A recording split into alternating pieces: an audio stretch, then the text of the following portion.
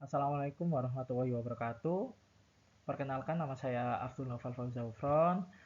NIM saya 230 121 601 239. Offering saya A2C.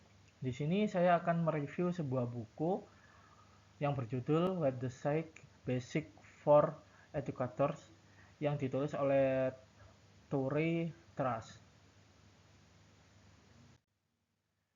Kenapa buku ini yang saya review atau kenapa saya milih buku ini? Karena buku ini merupakan sumber yang sangat berharga bagi para pendidik yang ingin memahami dasar-dasar desain web, terutama dalam konteks pendidikan.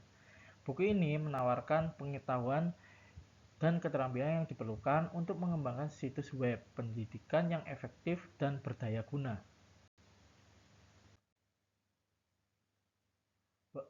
Di sini saya mencantumkan beberapa poin penting. Yang pertama, user interface and visual design, atau membahas tentang pentingnya desain antarmuka pengguna dan desain visual dalam pembuatan situs web pendidikan.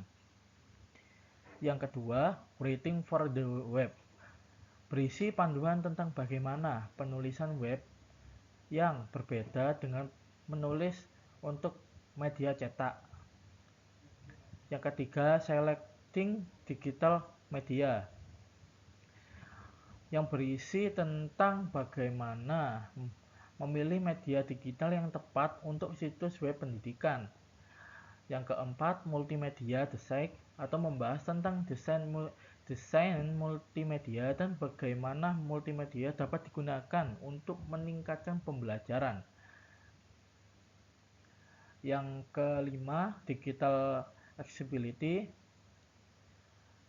yang berguna dan penting dalam aksesibilitas digital, yang memastikan bahwa situs web dapat digunakan oleh semua orang yang disabilitas.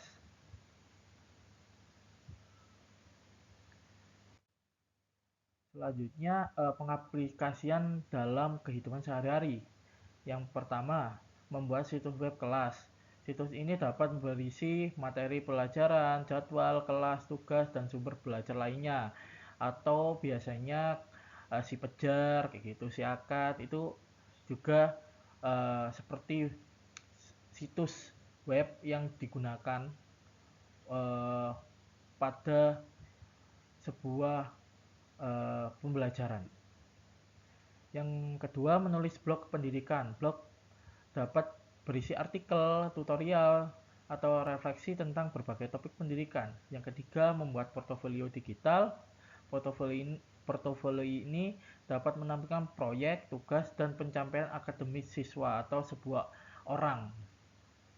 Yang keempat, mengembangkan kursus online. Kursus ini dapat berisi video, kuis, dan lain sebagainya yang dapat menambah pengalaman oleh siswa. Kesimpulannya, cara memfasilitasi belajar. E-book ini memberikan panduan tentang bagaimana memfasilitasi belajar melalui desain web yang efektif. Ini mencakup berbagai aspek, mulai dari desain antarmuka pengguna dan desain visual hingga penulisan untuk web dan pemilihan media digital. Peningkatan performansi manusia melalui desain web yang efektif. Situs web pendidikan dapat menjadi sumber belajar yang menarik dan memotivasi bagi pembaca. Ini dapat meningkatkan keterlibatan dan pemahaman pembaca yang dapat akhirnya meningkatkan performanya dalam membuat web.